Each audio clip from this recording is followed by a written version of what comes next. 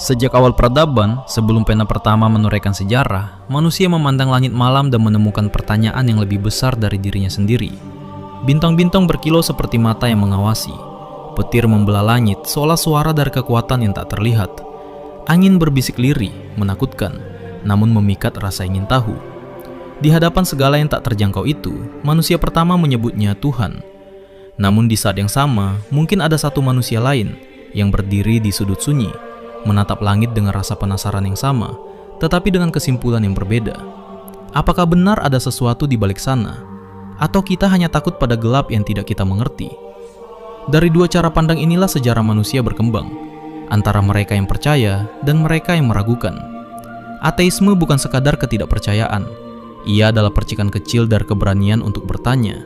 Sebuah perjalanan panjang yang dimulai bukan di ruang debat, bukan di forum akademik, tetapi di batin seorang manusia yang berani berkata tidak tahu. Karena sebelum lahirnya agama-agama besar, sebelum kitab suci dituliskan, dan sebelum peradaban berdiri megah, manusia terlebih dahulu bertanya. Dan dari pertanyaan itulah, kita menelusuri jejak panjang sejarah mereka yang memilih jalan sunyi, jalan yang tidak mencari Tuhan, melainkan mencari jawabannya.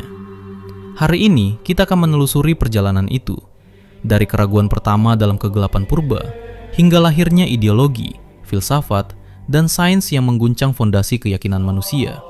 Ini bukan cerita tentang siapa yang benar atau salah.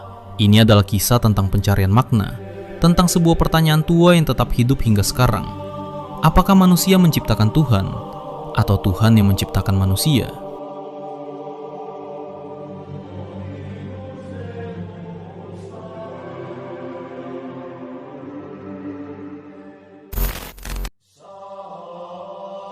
Ketika keraguan lahir bersamaan dengan kepercayaan. Sebelum huruf ditemukan, sebelum manusia mengenal kitab, dan sebelum kata Tuhan pernah diucapkan sekalipun, manusia telah hidup dalam dunia misteri yang ia belum pahami. Mereka melihat matahari terbit dari belakang gunung, lalu menghilang di balik cakrawala. Mereka melihat kematian merenggut sanak saudara mereka, dan hidup baru keluar dari rahim seorang ibu. Segala yang tidak terjelaskan terasa terlalu besar untuk dipahami. Maka manusia memberi nama pada ketidaktahuan itu, yaitu kekuatan gaib. Tetapi sejarah tidak pernah berdiri pada satu kaki. Ketika keyakinan lahir, keraguan pun lahir bersamanya. Bayangkan seorang manusia purba berdiri di tepi sungai saat air pasang menghanyutkan kampungnya. Yang lain berkata itu kemarahan langit, kutukan roh, hukuman dewa. Namun seseorang, mungkin 1 dari 1000, diam-diam bertanya dalam hatinya, jika ini marahnya dewa, mengapa air datang setiap bulan dengan pola yang sama? Dari rasa ingin tahu inilah embrio ateisme tumbuh. Bukan sebagai perlawanan, bukan sebagai penolakan, melainkan sebagai bentuk paling awal dari logika manusia. Ateisme pada masa ini belum punya nama. Tidak ada manifesto yang ditulis, dan tidak ada kelompok atau simbol yang menandai keberadaannya. Mereka hanya individu-individu yang berpikir berbeda, yang lebih percaya pada fakta daripada ritual, dan lebih percaya pada pola alam daripada suara langit. Mereka mungkin tidak disebut ateis, mereka bahkan mungkin tidak menyebut diri mereka apapun. Tetapi mereka adalah orang-orang pertama yang melihat dunia dan berkata, mungkin semua ini berjalan sendiri. Keraguan tidak pernah menjadi pusat peradaban, tetapi ia adalah bayangan yang selalu mengikuti. Setiap kali manusia menyembah matahari, ada satu yang bertanya, mengapa matahari terbit tanpa diminta? Setiap kali manusia mempersembahkan korban, ada satu yang bertanya, kenapa korban yang baik pun tetap mati? Ateisme lahir bukan dengan teriakan, tetapi dengan keheningan pemikiran. Sebuah proses alami ketika otak manusia belajar memahami dunia melalui sebab dan akibat, bukan hanya keyakinan. Disinilah akar pertama itu tumbuh, alam sebagai guru, pengalaman sebagai kitab. Dan lambat laun, keraguan berubah menjadi filsafat. Di tengah masyarakat yang dipenuhi ritual, persembahan, dan pemujaan terhadap dewa-dewa langit, muncul suara-suara kecil yang jarang terdengar. Mereka tidak membentuk agama, tidak meninggalkan kitab suci, dan tidak berdiri di altar manapun. Namun pemikiran mereka tetap hidup, seperti bara yang tidak padam oleh angin waktu. Jejak paling jelas dari gerakan sunyi ini dapat ditemukan di Yunani kuno. Ketika para dewa gunung Olympus dipuja dan kisah-kisah Zeus menggema di teater terbuka, beberapa filsuf memilih jalan berbeda. Diagoras dari Melos, misalnya, dikenal oleh sejarah sebagai ateis pertama yang berani menyatakan ketidakpercayaannya secara terbuka.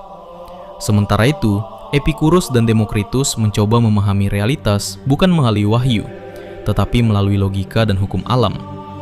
Mereka melihat dunia bukan sebagai panggung drama para dewa, melainkan sebagai sistem yang bergerak karena sebab akibat, hukum fisika dan materi. Pada masa itu, pandangan semacam ini bukan hanya aneh, ia berbahaya karena mengguncang fondasi keyakinan publik. Namun ternyata Yunani bukan satu-satunya tempat di mana benih ketidakpercayaan tumbuh. Ribuan kilometer dari sana, di tanah India, lahir aliran filsafat Charvaka, gagasan kuno yang menolak kepercayaan pada roh, karma, dan kehidupan setelah mati. Bagi mereka, tidak ada surga untuk dikejar, dan tidak ada neraka untuk ditakuti. Hidup hanyalah sekali, hanya sekarang, hanya ketika tubuh masih bernapas. Mereka mengatakan bahwa setelah tubuh mati, kesadaran padam selayaknya api lilin yang kehabisan sumbu. Bukan karena mereka membenci Tuhan, tapi karena mereka melihat realitas sebagai sesuatu yang bisa disentuh, dihirup, dan dirasakan, bukan diimani begitu saja. Perjalanan sejarah pun berlanjut. Dari Romawi hingga Eropa abad pertenahan, pemikiran tanpa Tuhan sering dianggap pemberontakan, bahkan penghinaan. Banyak yang harus bersembunyi di balik naskah, menulis dengan pena yang gemetar, dan menyembunyikan gagasannya agar tidak dibakar bersama tubuhnya. Tetapi ketika ilmu pengetahuan bangkit, ketika revolusi ilmiah mengguncang dunia, saat Galileo mengarahkan teleskop ke langit dan Darwin menulis tentang asal-usul spesies, dunia menjadi berbeda. Hal-hal yang dahulu dianggap mujizat, kini dapat dipahami sebagai hukum kosmos yang dapat dihitung, diuji, dan dibuktikan. Pada titik itu, ateisme tidak lagi berada di ruang gelap dan bisu. Ia mulai duduk di meja perdebatan. Ia tidak menang, tidak pula kalah, tapi untuk pertama kalinya, ia memiliki ruang untuk berbicara. Dan dari perjalanan panjang ini, kita dapat melihat bahwa ketidakpercayaan bukanlah ide baru. Ia bukan produk modern, bukan hasil dari internet atau sains masa kini. Ia setua rasa ingin tahu manusia. Ia lahir dari keberanian untuk bertanya, saat kebanyakan orang memilih untuk menerima. Ia lahir ketika seseorang menatap langit malam dan berkata, "Mungkin tidak ada yang mendengarkan. Mungkin kita hanya sendirian di sini." Apa yang sesungguhnya terjadi di dalam pikiran seorang ateis? Bagaimana mereka memandang dunia, hidup, moralitas, dan keberadaan manusia itu sendiri? Seorang ateis melihat alam semesta seperti sebuah mesin raksasa yang bekerja tanpa operator. Planet berputar bukan karena diperintah, tetapi karena gravitasi menarik materi pada porosnya. Petir tidak turun karena murka, tetapi karena beda muatan listrik di langit. Tubuh manusia tidak hidup karena roh meniupkan nyawa, melainkan karena sel-sel bekerja, darah memompa, dan neuron menyala di dalam otak yang sunyi. Mereka melihat keajaiban bukan sebagai mujizat, tetapi sebagai struktur alam yang teratur dan dapat dipahami. Cara berpikir ini tidak tumbuh dari penolakan membabi buta. Sebaliknya, ia lahir dari pertanyaan. Ateis bukan sekadar berkata, "Aku tidak percaya Tuhan," tetapi mereka bertanya lebih jauh. Apa bukti bahwa Tuhan ada? Apakah rasa kagum sama dengan keberadaan pencipta? Apakah ketidakpahaman kita harus selalu diisi oleh sosok ilahi? Dalam pola pikir ateistik, sesuatu dianggap benar bukan karena diwariskan, tetapi karena bisa diuji. Bagi mereka, kebenaran tidak bergantung pada jumlah pengikut atau usia tradisi, tetapi pada kekuatan argumen yang dapat dibuktikan. Jika suatu klaim luar biasa ingin diterima, maka ia harus membawa bukti yang luar biasa pula. Tanpa bukti, kepercayaan bagi mereka hanyalah asumsi dan belum tentu benar. Namun pola pikir ateis tidak hanya berputar pada sains. Mereka juga memandang moralitas sebagai sistem yang dapat lahir tanpa agama. Mereka percaya bahwa manusia dapat berbuat baik bukan karena takut neraka atau mengejar surga, melainkan karena empati, rasionalitas, dan konsekuensi sosial. Bahwa kita menolong bukan karena diperintah kitab, tetapi karena kita memahami penderitaan sesama. Bagi mereka, etika bukan berasal dari langit, melainkan dari kesadaran manusia bahwa hidup bersama membutuhkan aturan dan kasih sayang. Dan ketika berbicara tentang makna hidup, seorang ateis tidak mencari jawabannya di luar realitas. Mereka tidak menunggu jawaban dari dunia gaib dan tidak mengharapkan pesan dari surga. Hidup bagi mereka bermakna bukan karena takdir yang ditetapkan, tetapi karena tujuan yang dipilih. Mereka menciptakan makna sendiri melalui cinta, karya, ilmu, seni, keluarga, perjalanan, dan kontribusi kecil pada dunia.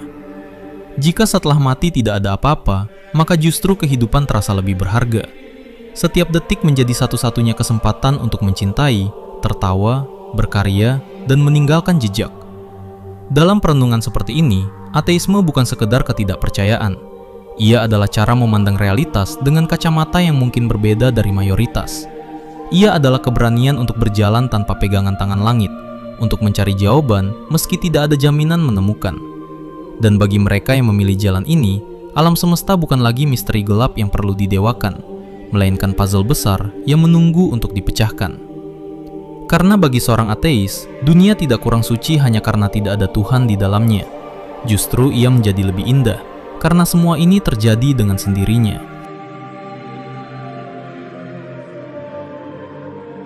Kadang seseorang tidak menjadi ateis karena ingin menolak Tuhan. Ia hanya mengikuti kemana pikirannya membawanya. Bagian ini bukan tentang benar atau salah, melainkan tentang perjalanan batin manusia yang memilih untuk tidak percaya. Ada orang yang tumbuh dalam keluarga beragama, berdoa sejak kecil, dan mengikuti ritual tanpa ragu. Namun suatu hari, pertanyaan kecil muncul. Mengapa doa tidak selalu terjawab? Mengapa bencana menimpa orang baik? Mengapa Tuhan terasa diam dalam penderitaan? Pertanyaan itu seperti retakan kecil pada dinding keyakinan. Tidak menghancurkan dalam sekejap, tetapi perlahan melebar, hingga suatu ketika cahaya logika menyelinap masuk. Bagi sebagian orang, ateisme lahir dari sains. Mereka membaca tentang evolusi, tentang bintang yang lahir dari kabut gas, tentang galaksi yang meledak dan membentuk unsur-unsur yang kelak menjadi tulang, darah, dan otak manusia. Ketika hukum alam bisa menjelaskan bagaimana segala sesuatu terjadi, mereka mulai bertanya, apakah kita masih membutuhkan tangan gaib dalam cerita ini? Ada pula yang menjadi ateis bukan karena ilmu, tapi karena luka. Mereka melihat perang yang mengatasnamakan agama, anak-anak mati kelaparan sementara rumah ibadah berdiri megah, dan manusia membenci sesama hanya karena perbedaan keyakinan. Mereka bertanya dalam hati, jika Tuhan Maha Baik, mengapa dunia sekejam ini? Dan ketika jawabannya tidak ditemukan, sebagian memilih diam, menutup pintu doa, dan membuka pintu logika. Ada juga yang sampai pada ateisme tanpa derita dan tanpa konflik. Mereka hanya lahir dalam zaman yang penuh informasi. Internet memberi mereka ribuan sudut pandang dan membuka ruang diskusi yang dahulu dianggap tabu. Jika dahulu keyakinan diturunkan tanpa boleh digugat, kini setiap klaim bisa diuji, dipertanyakan, dan diperbandingkan. Di era yang serba terbuka, keraguan bukan lagi dosa. Itu bagian alami dari berpikir. Namun alasan terbesar yang mungkin paling manusiawi adalah ketika mereka tidak menemukan bukti, tidak ada suara dari langit, tidak ada keajaiban yang membuat mereka tunduk, tidak ada pengalaman spiritual yang mengguncang hati. Dan tanpa bukti, iman bagi mereka hanyalah cerita indah tetapi belum tentu nyata. Yang menarik adalah ateisme bukan tujuan akhir, melainkan simpulan sementara. Seseorang tidak berkata Tuhan tidak ada dengan angkuh, melainkan dengan kesimpulan berdasarkan apa yang ia pahami sejauh ini. Jika suatu hari bukti datang, mungkin mereka akan percaya. Tetapi sampai bukti itu hadir, mereka memilih jujur pada pikirannya sendiri. Dan pada akhirnya, ateisme sering lahir bukan dari kebencian, tetapi dari keberanian untuk mempertanyakan. Bukan karena ingin melawan agama, melainkan karena ingin memahami semesta dengan cara yang paling masuk akal bagi mereka. Pada titik inilah ateisme bukan lagi sekedar penolakan, tapi sebuah perjalanan intelektual yang sunyi, jujur, dan sangat manusiawi. Saat hukum alam mulai berbicara lebih lantang daripada suara langit. Dulu manusia menatap petir dan menyebutnya murka Tuhan. Gunung meletus dianggap amarah para dewa, dan gerhana bulan dipahami sebagai pertanda buruk. Namun semua itu berubah ketika manusia menemukan sesuatu yang lebih tajam dari iman, yaitu ilmu pengetahuan. Revolusi sains memecah sunyi sejarah. Galileo mengarahkan teleskop ke langit dan menemukan kosmos yang tidak mengikuti kisah kitab kuno. Newton menemukan hukum gravitasi yang membuat planet tidak jatuh, tetapi menari dalam orbitnya.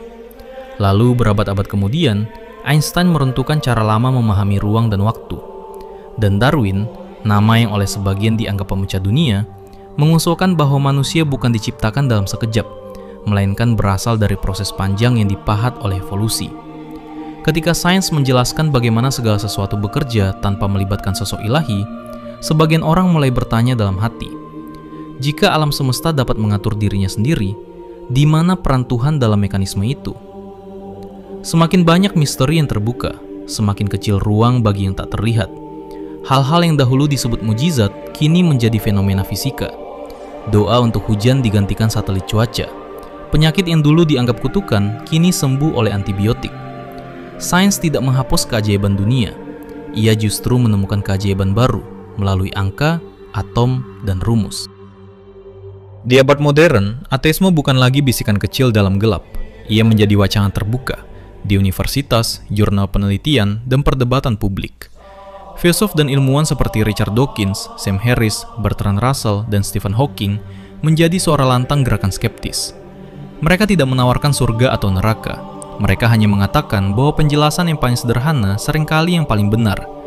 Alam semesta tidak membutuhkan pencipta, jika hukum-hukumnya sudah cukup untuk membuatnya bekerja. Bagi sebagian orang, pemikiran ini membebaskan. Jika tidak ada takdir tertulis, maka manusia sepenuhnya bertanggung jawab atas hidupnya sendiri. Jika tidak ada garis yang mengatur nasib, maka kita adalah penulis dari cerita yang kita jalani.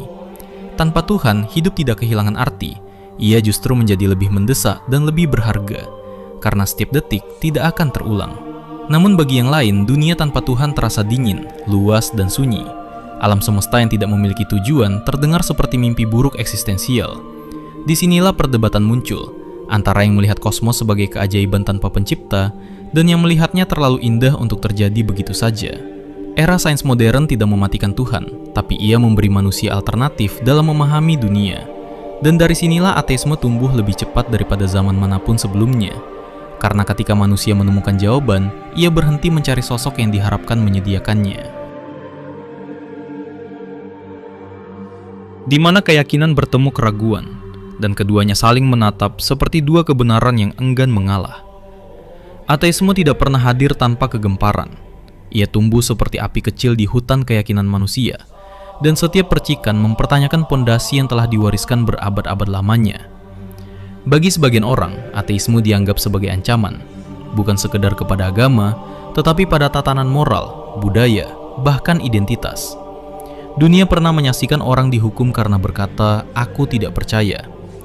Filsuf-filsuf Yunani, pemikir Renaissance, hingga ilmuwan modern pernah dicap sesat. Pada masa tertentu, keraguan bisa berarti penjara, pengasingan, bahkan kematian.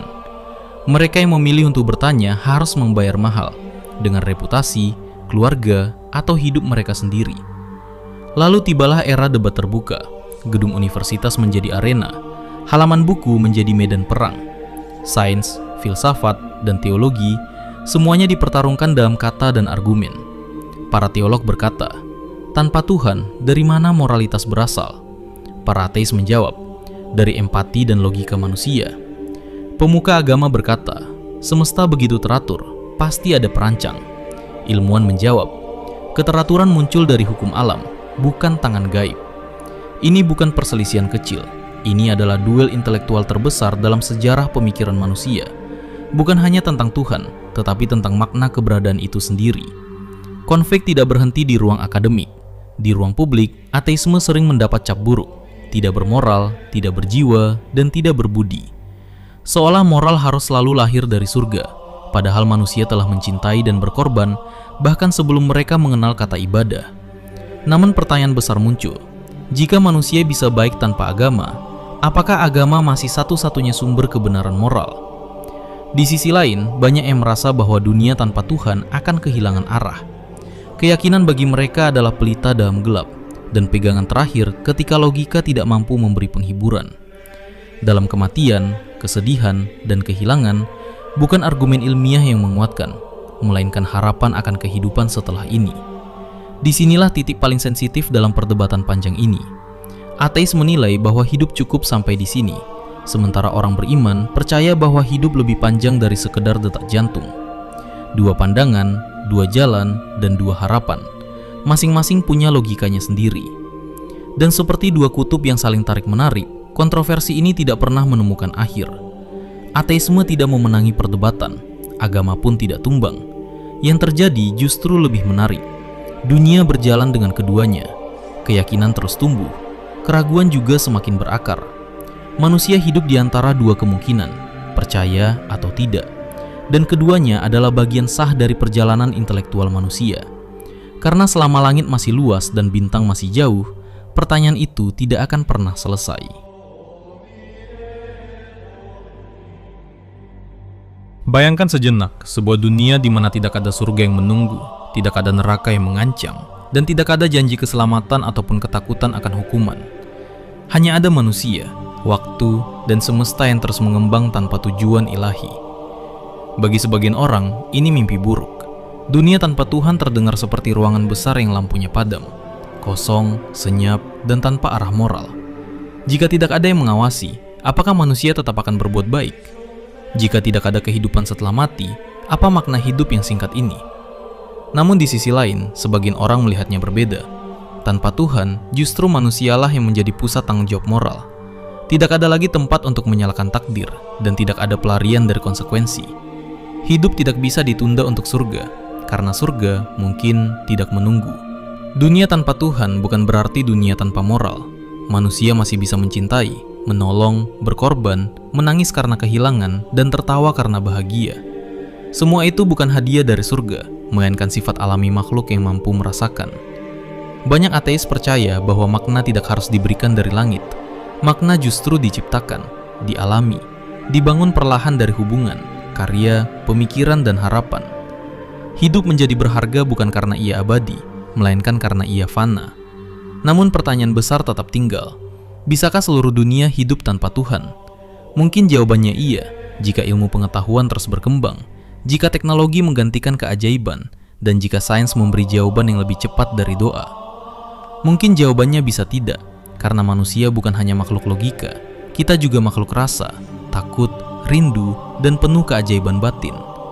Ada sudut terdalam dalam jiwa yang tidak bisa sepenuhnya disubstitusi angka atau teori. Ketika kehilangan datang, sains menjelaskan mengapa, tapi agama menawarkan untuk apa. Dan manusia selalu hidup di antara dua kalimat itu. Maka dunia masa depan mungkin tidak akan sepenuhnya ateis, sebagaimana ia tidak akan sepenuhnya religius. Dua pandangan ini akan tetap hidup, berdampingan, saling menantang, saling menguji, namun juga saling mengisi. Karena selama masih ada manusia yang bertanya, masih ada ruang untuk percaya dan tidak percaya. Bukan soal Tuhan hilang atau ateisme menang. Ini tentang perjalanan panjang spesies yang selalu ingin mengerti siapa dirinya di dalam semesta yang begitu luas dan misterius. Dan mungkin justru karena jawaban itu belum ditemukan, pertanyaan ini tetap menjadi bahan bakar peradaban.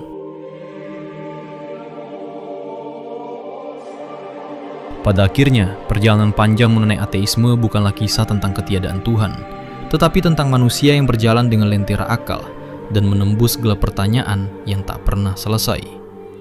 Kita telah menyusuri peradaban kuno yang memuja langit, melihat filsuf yang berani meragukan segalanya, dan menyaksikan gereja dan negara saling menegakkan dogma, hingga sampai pada abad modern ketika pemikiran bebas menjadi bagian dari kehidupan manusia.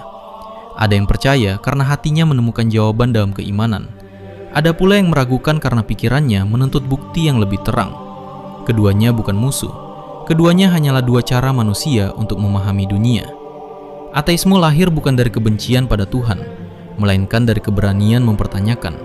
Sama seperti agama, lahir dari kebutuhan untuk mempercayai. Dua kutub yang sering dianggap bertentangan, padahal sama-sama muncul dari ruang yang sama.